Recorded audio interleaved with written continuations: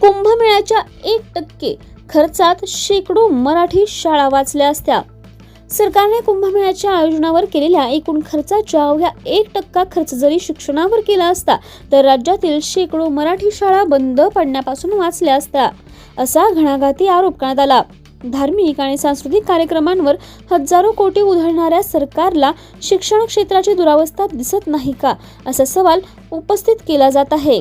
या विधानामुळे राज्यातील शैक्षणिक धोरण आणि निधी वाटपावर नवीन वाद पेटला आहे। खूप काही निधी वेगवेगळ्या कामांसाठी देऊ। कुंभमेळ्यासाठी 32,000 उपमुख्यमंत्री म्हणाले, मुख्यमंत्री म्हणाले 34,000 कोटी देऊ। नंतर कुठेतरी बातमी वाचली की एका कॉरिडॉरसाठी आम्ही 11,000 कोटी रुपये खर्च करू। एवढे 1,000 कोटी रुपये जे शासन वेगवेगळ्या विकासांच्या कामासाठी खर्च करते त्याच्याविषयी मला कुठलाही आक्षेप नाही,